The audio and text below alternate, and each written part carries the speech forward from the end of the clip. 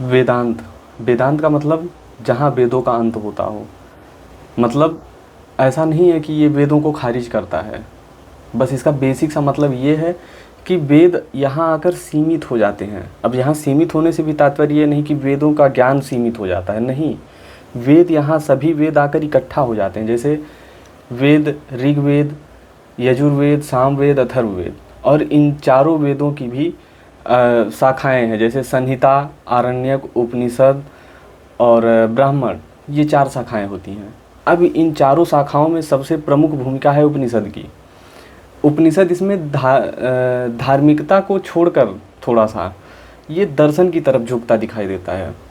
और जितने भी भारतीय दर्शन की मतलब दर्शन की जो कोर मतलब जड़ें जहाँ से निकली हैं, वो उस जड़ का केंद्र बिंदु है उपनिषद। उपनिषद से ही आज का वो जो भारतीय दर्शन दिखाई देता है हमें, जिसमें कि वेदांत भी कई तरीके के हैं, ये सब वहीं से निकल के आए हैं। सबसे प्रमुख है अद्वैत वेदांत। अद्वैत मतलब नॉन डुअल वेदांत। नॉन डुअल का मतलब बस यही है कि दो नहीं है। अब ये कंफर्म नहीं है कि एक ही है। नॉन डुअल का मतलब कि दो नहीं है। अब अगर दो नहीं है तो जाहिर सी बात है एक होने की अधिक संभावना है। अब ये दो नहीं होने और एक होने की संभावना है क्या, ये ब्रह्मांड से संबंधित है। मतलब कि ब्रह्म से, ब्रह्म और आत्मा, तत्त्वमसि, यू आर दैट। मतलब कहने का ये है कि तुम ही ब्रह्म हो। अब यहाँ तुम ही ब्रह्म से क्या तात्पर्य है? मतलब कि मैं, आप, यहाँ पड़ा ये मोबाइल, जिस माइक से मैं रिकॉर्ड कर रहा हूँ, जो लाइट है, यहाँ जो फैन है, ये सब क्या है? ये सब ब्रह्म का ही अंश है। अब ये थोड़ा सोचने में बड़ा ही अटपटा सा लगता है कि ऐसा कैसे हो सकता है, पर रियलिटी में आप जितना ही इसको ब्रेक डाउन करते जाएंगे, आप जितने सूक्ष्मता के स्तर पर जाएंगे, आपको पता चलेगा सच में इस यूनिवर्स के केंद्र में अगर कुछ है तो ब्रह्म है।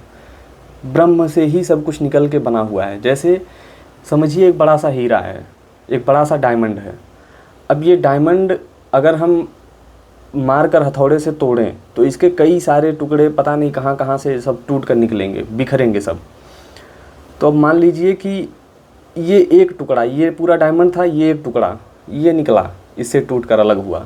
और जब ये इससे टूट कर अलग हुआ तो इस एक टुकड़े में ही करोड़ों जीव होंगे। जैसे इस एक टुकड़े का अंश जो होगा उसमें गाय भी होंगी, भैंस भी होंगे, मैं मनुष्य, मतलब एक मान लीजिए ये मेरे टुकड़े का, मेरे अंश का है, ये मतलब ब्रह्म से निकल के ये मेरे वाले हिस्से का है, मैं इससे आया हूँ।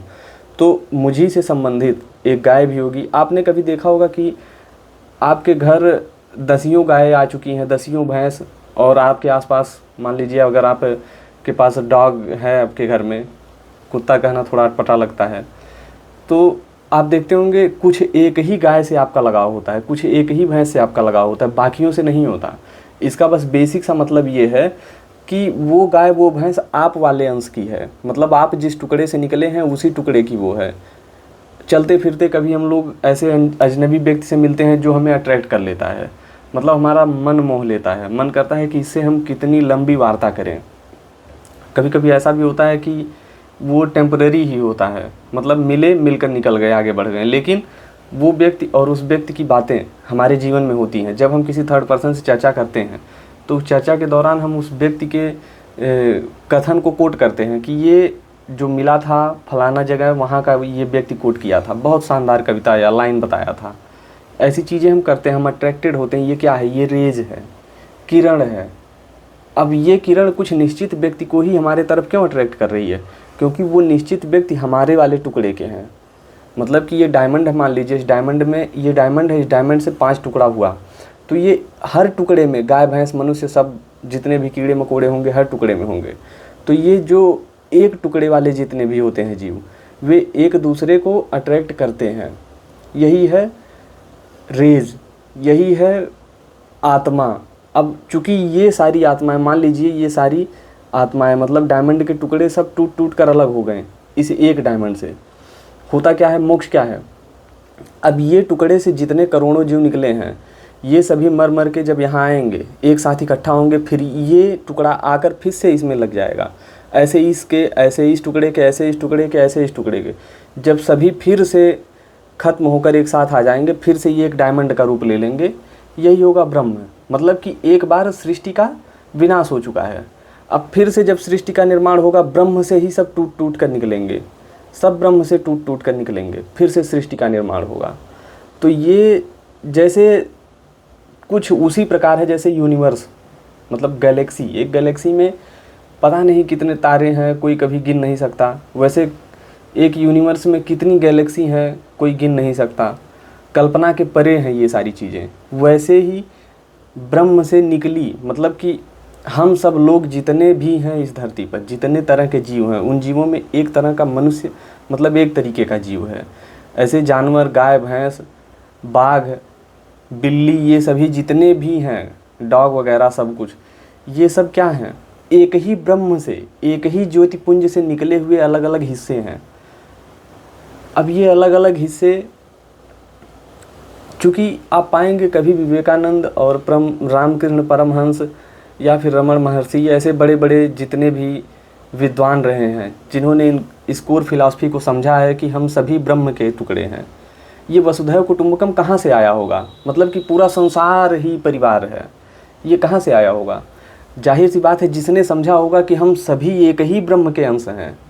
तो मैं अगर आपके साथ कुछ बुराई कर रहा हूँ, आपके साथ कोई गलत व्यवहार कर रहा हूँ, तो वो एक्चुअल में कर कहाँ रहा हूँ? ब्रह्म के साथ, और ब्रह्म से मैं भी जुड़ा हूँ, मतलब उसी ब्रह्म का मैं भी हिस्सा हूँ। तो सब घुमा फिरा के मैं खुद के साथ अगर कुछ भी बुराई अच्छाई कर रहा हूँ तो कर रहा हूँ, वो आपके साथ नहीं कर रहा हूँ। ये तो एक कोरी कल्पना मात्र है, ये सोते हुए एक स्वप्न की तरह है कि हम एक दूसरे से अलग हैं, हमारी फिलॉसफी, हमारा दर्शन एक दूसरे से अलग है, पर सच में ऐसा है नहीं। छांदोग्य उपनिषद में एक संदर्भ आता है, तत्त्वमसि, तत्त्वमसि। ये सब क्या है? तत्त्वमसि क्या है? मतलब यही कि तुम ही ब्रह्म हो, हर व्यक्ति ब्रह्म है। अब हर व्यक्ति ब्रह्म है, इसका क्या मतलब है? इसका यही मतलब है कि हर व्यक्ति एक ही ब्रह्म है, एक ही ज्योतिपुंज से निकला हुआ है। अब इसको समझने के लिए एक और फार्मूला अपनाया जाता है, नेति नेति। नेति नेति मतलब क्या? इस कमरे में जैसे ये मोबाइल है, कैमरा चालू है, ये भी ब्रह्म नहीं है, या फिर ये भी वेदांत नहीं है, मैं भी वेदांत नहीं हूँ, माइक भी नहीं है, मतलब जो कुछ अस्तित्व रखता है सब कुछ एक बार खारिज कर दीजिए, नेति नेति। यह भी नहीं, यह भी नहीं, यह भी नहीं, not this, not this, not this, ये करते हुए खारिज करते जाइए। फिर एक टाइम आएगा सब कुछ आप खारिज कर देंगे, बचेगा क्या? ब्रह्म। अब जब अगर लास्ट में ब्रह्म बच रहा है, इसका मतलब क्या है? अस्तित्व है। अस्तित्व का उदाहरण कहाँ से आ रहा है? कॉन्शियसनेस से, चेतना से। अब फिर चेतना क्या है? चेतना ब्रह्म है, वही ब्रह्म है चेतना, और इसी चेतना को हमें समझना है। शायद हम इस चेतना की गहराई को समझ नहीं पाते, या समझना नहीं चाहते, या फिर बहुत लोगों को समझ में नहीं आता। ये जो सारी चीज़ें मैं आपके समक्ष रखा हूँ, ये सारी चीज़ें उपनिषद का सार हैं, यही वेदांत है। वेदांत में अद्वैत वेदांत, नॉन डुअल वेदांत। अब वेदांत क्या कहता है? वेदांत कहता है तत्त्वमसि, तुम ही ब्रह्म हो। अब अगर तुम ही ब्रह्म हो तो वसुधैव कुटुंबकम सत्य प्रतीत होता है कि यह पूरा संसार मेरा परिवार है।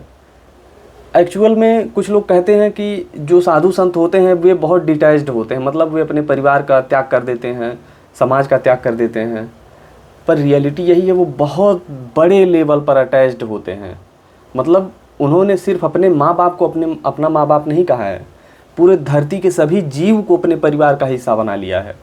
और हम सिर्फ अपने माँ बाप, अपने भाई बहन को ही भाई बहन माँ बाप मानने में लगे हुए हैं। ये हमारी सीमितता को दिखाता है। हम इसको अटैचमेंट कहते हैं, ये अटैचमेंट नहीं, ये मोह है। मोह मतलब ये इंग्लिश और हिंदी में थोड़ा संदर्भ इधर उधर हो जाता है, तो समझने का प्रयास करिए। मोह है ये, सीमित। अगर किसी भी चीज़ को आप नैरो माइंड होकर सोचेंगे, सीमित होकर सोचेंगे, तो वो चीज़ थोड़ा छोटा अर्थ देती है। पर उसी को आप अगर ऐसे बड़े अर्थ में लेके जाएंगे, सबको समाहित कर लेंगे, तब भी तो आप अटैच्ड ही हैं। अगर मान लीजिए आप कहते हैं कि मेरे माँ बाप मेरे माँ बाप हैं, मेरे भाई बहन मेरे भाई बहन हैं, और एक और व्यक्ति आता, वो कहता है कि तुम्हारे भी माँ बाप मेरे माँ बाप हैं, तुम्हारे भी भाई बहन मेरे भाई बहन हैं, इस धरती पर जितने प्राणी हैं सबका परिवार मेरा परिवार है।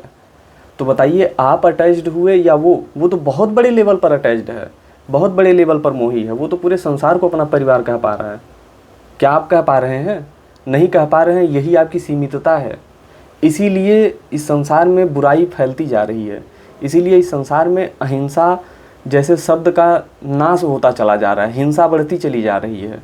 गांधी जैसे हजारों लोग पैदा हों, मर जाएंगे, पर अहिंसा का भाव समाज में नहीं डाल पाएंगे जब तक कि तत्त्वमसि वाले भावना का विकास न किया जाए। नेति नेति के थ्रू, नेति नेति वाले फार्मूले के थ्रू हम समझने का प्रयास न करें कि तत्त्वमसि का क्या महत्व है, तब तक हम किसी भी संदर्भ तक नहीं जा पाएंगे।